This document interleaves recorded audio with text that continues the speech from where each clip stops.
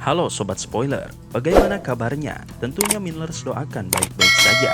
Jumpa lagi di channel Sektor Spoiler.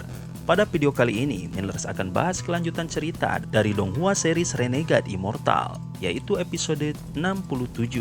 Seperti biasa, Millers mau ingatkan bagi Sobat Spoiler, karena video ini mengandung spoiler, Mimin sarankan untuk tonton dulu episode-episode sebelumnya, biar ngerti jalan ceritanya. Tapi buat sobat spoiler yang gak sabar dan udah siap dengerin kelanjutan ceritanya, langsung saja kita gas ke ceritanya. Di episode sebelumnya, Sun Lei merencanakan untuk menggunakan Wang Lin sebagai umpan agar binatang buas mengikutinya, sehingga ia dapat melarikan diri dengan harta yang dicari. Ia berharap bisa melemparkan kerangka kepada Wang Lin dan menarik perhatian binatang buas ke arah lawannya.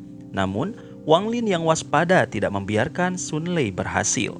Dengan keahlian mengendalikan waktu yang dimilikinya, ia berhasil keluar dari pengaruh es hitam yang diciptakan Sun Lei dan menuju ke pintu masuk gua. Setelah memasuki gua, Sun Lei melihat Wang Lin mengambil potongan logam dari kerangka dan berusaha meraih pedang surgawi. Namun, saat menyentuh pedang, Sun Lei mengalami rasa sakit yang hebat. Dalam keadaan terdesak, ia berusaha untuk keluar. Tetapi tiba-tiba binatang buas yang telah dibekukan oleh es hitam kembali menyerangnya. Sun Lei dalam keadaan putus asa, gunakan mandam yang merupakan hasil dari ratusan tahun kultivasi untuk meledakkannya, berharap untuk menghancurkan semua yang ada di sekitarnya. Ketika manik hitam meledak, kekuatan destruktifnya menyebabkan keruntuhan fragmen ranah langit, menciptakan kekosongan yang mengancam. Wang Lin merasakan getaran tanah dan segera berusaha melarikan diri dari kekosongan yang semakin mendekat. Dengan menggunakan energi spiritual surgawi yang dimilikinya, ia berhasil meluncur ke atas dan keluar dari tanah yang runtuh. Dalam keadaan kritis, Wang Lin memanggil jiwa-jiwa pengembara yang telah dikumpulkannya untuk membantunya.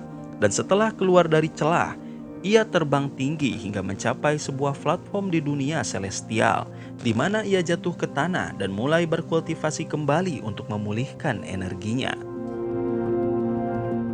Di episode selanjutnya, di tengah hiruk-pikuk medan perang, Wang Lin dikelilingi oleh puluhan ribu jiwa pengembara yang melayang dan melolong. Sosok-sosok tanpa wujud ini yang tampak seperti bayangan gelap adalah hasil usahanya yang besar untuk menghimpun jiwa-jiwa tersebut dari berbagai tempat.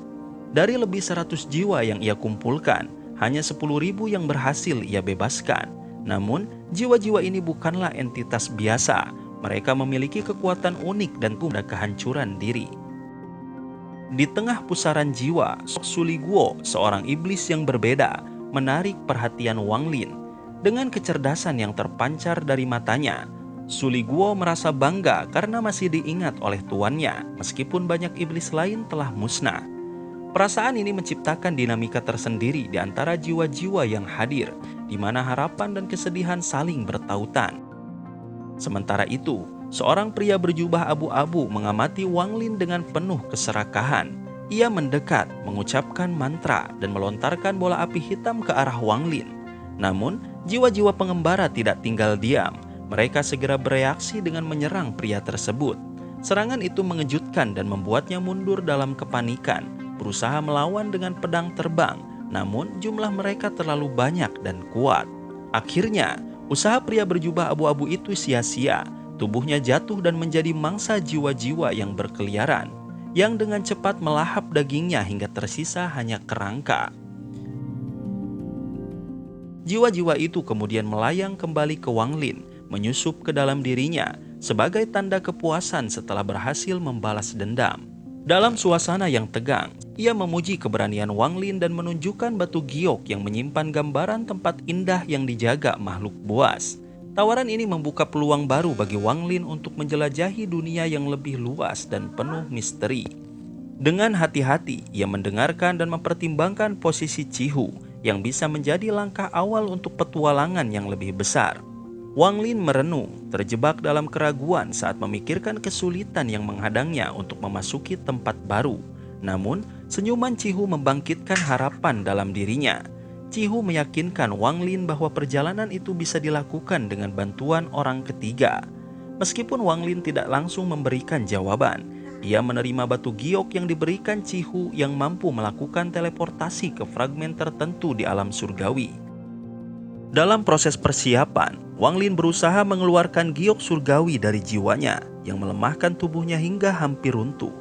Giok itu bukan sekedar harta, melainkan inti dari energi spiritual surgawi yang hanya bisa digunakan oleh pembudidaya tingkat tinggi. Wang Lin mengamati potongan logam yang ia peroleh dari kerangka seorang pembudidaya hebat. Saat menggunakan kesadaran ilahi untuk memindai logam tersebut, ia menemukan informasi berharga tentang artefak legendaris bernama God Slaying Chariot, termasuk metode penyempurnaan dan lokasi gua tempat artefak itu berada. Penemuan ini memacu semangatnya untuk melanjutkan pencarian.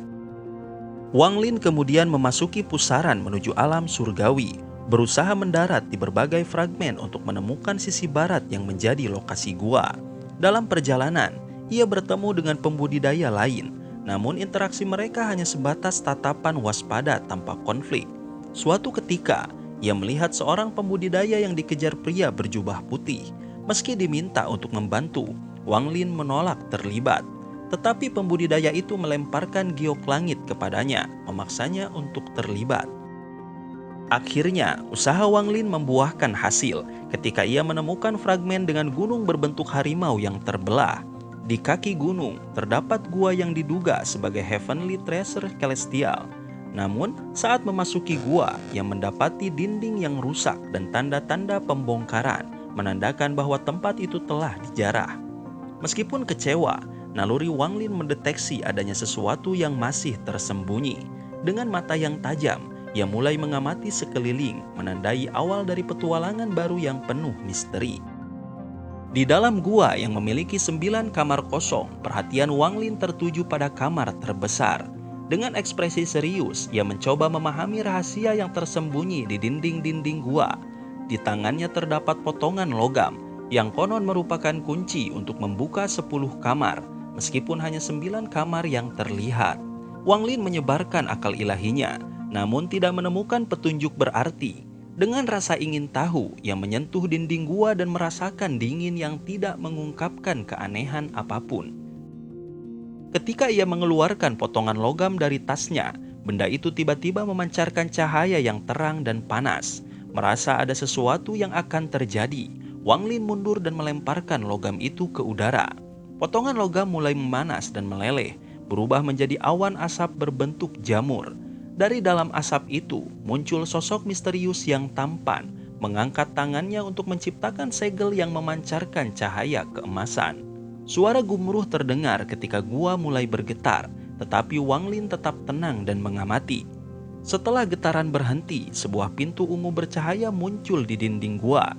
Sosok misterius menunjuk ke pintu tersebut sebelum perlahan menghilang bersama potongan logam. Wang Lin menyadari bahwa pintu ke-10 telah muncul dan mengagumi keahlian Heavenly Treasure Celestial yang menyembunyikan harta karun dengan cerdik. Dengan hati-hati, ia menggunakan segel yang ditunjukkan untuk membuka pintu, mengungkapkan kamar ke-10 yang dipenuhi oleh 3 kereta perang besar. Di dalam kamar, kereta-kereta itu tampak hidup, tertutup kulit binatang buas dengan duri tajam. Di atas setiap kereta terdapat jiwa binatang ganas dengan mata merah menyala. Ketika binatang-binatang itu menyerang, rantai tebal muncul untuk membatasi pergerakan mereka dan menarik mereka kembali ke kereta. Wang Lin dengan cepat membentuk segel, menciptakan cincin hitam yang menekan jiwa binatang di dalam kereta. Dia berhasil menyegel satu persatu kereta tersebut, menyusutkan ukuran kereta pertama hingga seukuran telapak tangan dan menyimpannya. Setelah semua kereta berhasil disegel, Wang Lin mengumpulkan material pemurnian yang ada di kamar tersebut dan menyimpannya sebelum meninggalkannya melalui pintu ungu. Dalam perjalanan keluar, pikirannya terfokus pada God Slaying Chariot yang ternyata tidak memerlukan batu roh untuk diaktifkan, melainkan bergantung pada kekuatan jiwa binatang yang terperangkap. Wang Lin menyadari risiko besar yang ia hadapi untuk mendapatkan kereta ini, namun ia juga percaya bahwa hadiah yang ia peroleh sangatlah luar biasa. Dengan tekad baru, ia bersiap menghadapi tantangan selanjutnya, siap memanfaatkan semua yang telah ia dapatkan. Di sebuah fragmen di selatan alam surgawi, energi memancar di udara dan 3 sosok terlihat saling bertarung memperebutkan giok langit yang sangat berharga. Jauh dari hiruk-pikuk tersebut, seorang pria paruh baya berdiri di tengah ladang berumput, menyesap anggur dari labunya. Dengan ekspresi penuh kenangan, ia bergumam pelan, memikirkan seseorang yang sangat berarti baginya. Pria ini berasal dari Suzaku, seperti Wang Lin. Sambil berjalan perlahan melintasi dataran, ia tiba-tiba berhenti dan memandang sekeliling, mengingat masa lalu. Di tempat itu, kenangan tentang seorang wanita bernama Ting Er membanjiri pikirannya. Dengan sentuhan penuh perasaan, ia menghela napas panjang sebelum menghentakkan kaki ke tanah, menghilang dalam sekejap, menembus ke kedalaman bumi menuju sebuah gua besar. Di dalam gua itu terdapat sebuah menara yang dikelilingi oleh gas hijau. Pria tersebut melangkah dengan tenang melewati gas itu dan memasuki menara yang terdiri dari 3 lapisan.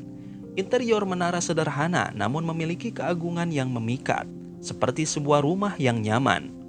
Setiap sudut menara ini mengingatkannya pada wanita yang ia kasihi. Saat memasuki ruang utama, pria itu menyentuh setiap perabotan dengan penuh kelembutan, seolah ingin merasakan kehadiran Ting Er. Dari tas kecilnya, ia mengeluarkan sebuah pagoda kecil, lalu menggosoknya hingga memancarkan cahaya putih yang terang. Setelah cahaya itu memudar, tubuh seorang wanita berpakaian putih muncul dalam pelukannya. Wanita itu sangat cantik, dengan kulit seputih salju yang seolah-olah masih hidup. Pria itu tersenyum lembut dan berbisik, "Ting Er, kita sudah pulang." Lingkungan menara itu tampak selaras dengan kehadiran wanita tersebut. Seakan tempat itu memang miliknya. Dengan kasih sayang mendalam, ia itu menyentuh wajah wanita itu dengan mengenang saat pertama kali ia melihatnya. Perasaan cinta yang mendalam terpancar dari matanya. Ia mengingat kembali momen ketika ia menyerahkan segalanya demi wanita ini. Pria itu membawa Ting Er ke lantai atas ke sebuah meja rias yang telah disiapkannya. Ia berbicara pada wanita itu, berusaha mencurahkan kebahagiaannya, namun tidak ada jawaban. Suaranya semakin keras, penuh emosi, hingga ia menyadari bahwa tindakannya terlalu berlebihan. Dengan cepat, ia memeluk Ting Er, meminta maaf dan berjanji untuk tidak mengulanginya. Ia bertekad untuk melindungi wanita itu dari siapapun yang mencoba memisahkan mereka. Malam itu, pria tersebut duduk di sisi tempat tidur, memandang wajah wanita itu dengan tatapan penuh cinta. Ia berbicara tentang masa lalu, mengingat bagaimana ia menemukan Ting Er di alam surgawi. Bagi pria itu, wanita ini adalah harta yang jauh lebih berharga daripada energi spiritual surgawi. Dengan perasaan puas, ia berbaring di sisi Ting Er, bersumpah untuk terus melindunginya dan mencari lebih banyak giok langit agar tubuh wanita itu tetap terjaga. Sementara itu, di tempat lain, Wang Lin melayang di udara dengan tatapan penuh tekad. Batas waktu 1 bulan hampir habis, dan ia memutuskan untuk pergi ke lokasi yang disebutkan oleh Cihu. Giok langit adalah daya tarik besar baginya, terutama karena bisa membantu dalam perjalanan kultivasinya menuju tahap transformasi jiwa. Baginya, tahap ini bukan sekedar pencapaian, tetapi kunci untuk membangkitkan si Tunan sahabatnya. Di tengah rencananya, ia juga mempertimbangkan nilai ramuan langit yang dapat digunakan untuk membuat pil berkualitas tinggi bersama limuan. Pil ini akan membantu meningkatkan tingkat kultivasinya, meskipun ia tahu bahwa pemahaman adalah elemen yang jauh lebih penting daripada sekedar menggunakan pil. Dalam perjalanan menuju pusaran langit, di tempat lain di alam surgawi, Cihu berdiri di depan sebuah formasi transfer. Ia telah menunggu selama 7 hari, membunuh setiap pengganggu yang mencoba mendekati area itu. Dengan tenang, ia menunggu kedatangan 2 orang yang dipilihnya untuk sebuah misi besar. Cihu yakin bahwa peti mati giok langit bersama dengan 3 pedang surgawi adalah godaan yang tidak akan ditolak oleh siapapun. Pada akhirnya, formasi transfer itu mulai bersinar terang, menandakan kedatangan seseorang. Saat cahaya meredup, sosok seorang wanita muncul. Wajahnya dingin, memancarkan aura mengintimidasi yang membuat salju turun di sekitarnya. Wanita ini adalah kupu-kupu merah, seorang jenius dari Suyu.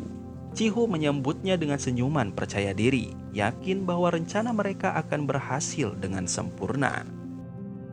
Ji-Hoo mengarahkan perhatian kepada Cheng Niu, mengungkapkan bahwa mereka berdua berasal dari planet Suzaku. Pernyataan ini mengejutkan kupu-kupu merah yang segera teringat pada 4 sosok lain dari tempat yang sama. Saat mereka membahas asal-usul ini, tiba-tiba formasi di depan mereka bersinar terang, menandakan kehadiran sosok yang mereka tunggu. Kupu-kupu merah menyadari momen penting ini, cepat menggerakkan tangannya dan mengirimkan sidik jari berkilauan ke arah formasi. Sosok yang muncul dari dalam formasi adalah Wang Lin. Begitu keluar, ia merasakan ancaman dan segera menciptakan awan asap hijau untuk melindungi dirinya. Dalam sekejap, ia melambaikan tangan dan mengeluarkan perangkap untuk menghadapi serangan yang datang. Sebuah bola petir ungu gelap melesat menuju kupu-kupu merah, sementara Wang Lin menggenggam bendera pembatasan yang memancarkan gas pembatasan di sekelilingnya.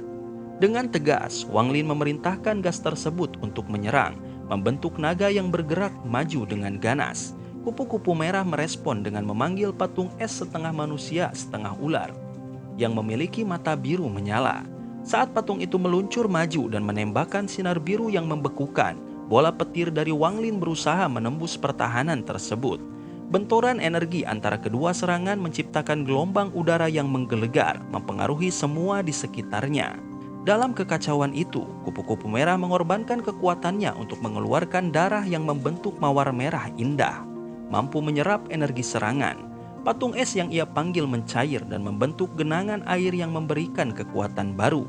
Dengan satu gerakan, mawar ini menghancurkan sebagian besar serangan Wang Lin, mengejutkannya karena serangan sebelumnya tidak cukup untuk mengalahkan kupu-kupu merah. Sadar akan kebutuhan untuk meningkatkan kekuatannya, Wang Lin menarik bendera pembatasan yang lebih besar dan memanggil kilat balasan ilahi. Awan gelap terbentuk di sekeliling area, menandakan ancaman serius bagi semua yang berada di sekitarnya. Ji-Hoo berusaha menjaga keseimbangan dan mencegah pertarungan lebih lanjut, tetapi ketegangan semakin meningkat.